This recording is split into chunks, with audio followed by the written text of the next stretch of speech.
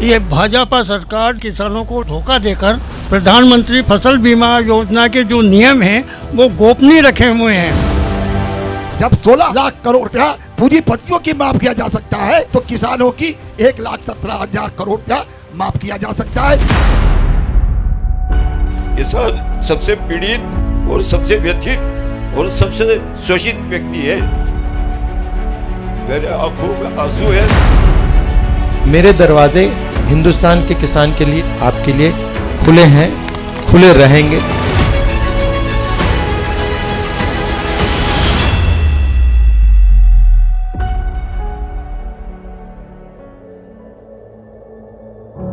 ये भाजपा सरकार जो है किसानों को लालच और धोखा देकर प्रधानमंत्री फसल बीमा योजना के जो नियम हैं वो गोपनीय रखे हुए हैं। कहीं भी सरकारी कार्यालय पे, बैंक पटल पे या किसान की पासबुक पे फसल बीमा योजना के नियम एक भी अंकित नहीं है। उसके बाद किसान के समक्ष जो क्रॉप कटिंग की जाती है, रिकॉर्ड बनाया जाता है, वो रिकॉर्ड बदल दिया जाता है। मैंने मेरे गाँव का रिकॉर्ड 70% 2020 में तहसीलदार से सर्टिफाई करा के लिया था।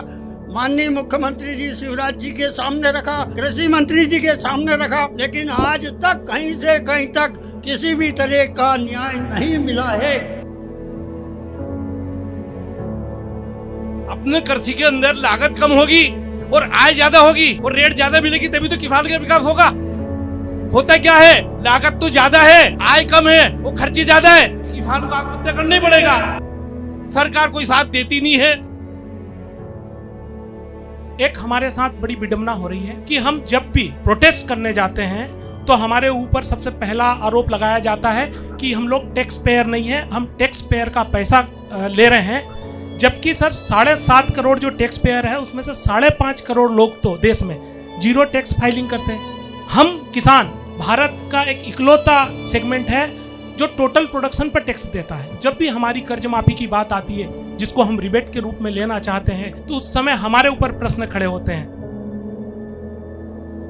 जीएसटी तो आप भी देते हो, टैक्स आप भी देते हो, ये तो कोई कह नहीं सकता कि आप टैक्स नहीं देते हो। एक बात जरूर है कि पिछले 10 सालों में तकरीबन 100 लोगों का 16 लाख करोड़ रुपया कर्जा माफ किया है।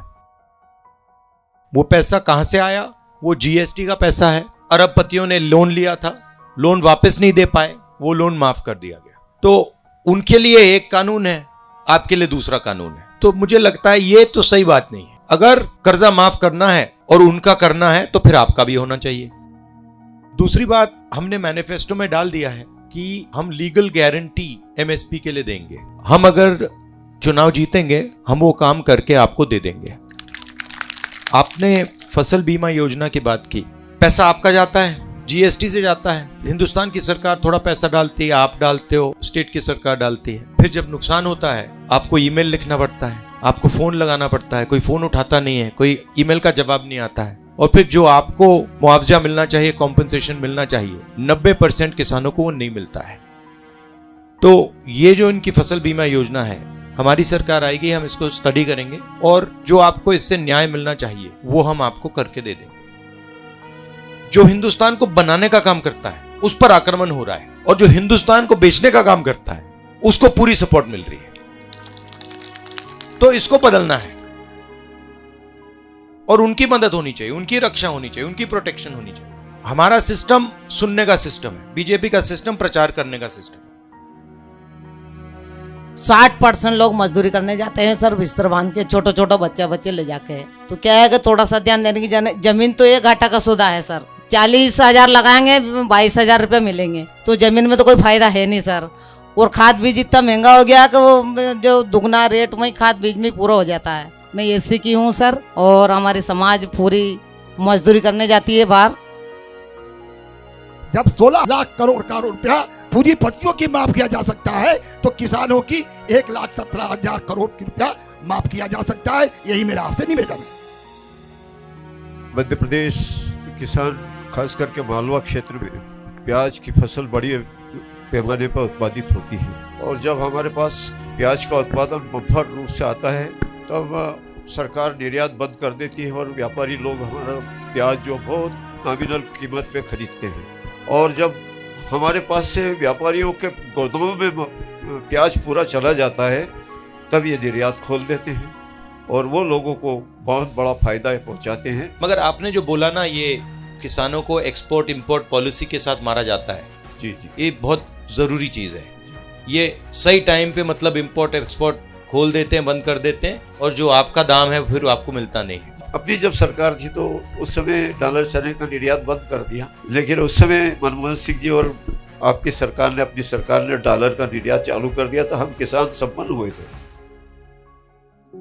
किसान सबसे पीड़ित और सबसे व्यथित और सबसे शोषित व्यक्ति है, उसकी हर कीमत तय की जाती है, हर चीज पे एमएसटी मैक्सिमम प्राइस लिखा रहता है। हमारी तो नीलामी होती है, नीलामी मेहनत। मेरे आंखों में आंसू है और दिल में आक्रोश भी है। मेरे दरवाजे हिंदुस्तान के किसान के लिए, मध्य प्रदेश के किसान के लिए, आपके लिए खुले हैं, खुले रहेंगे, और जो भी मैं आपकी मदद कर सकता हूं मैं दिल से पूरा दम लगा के आपकी मदद करूंगा।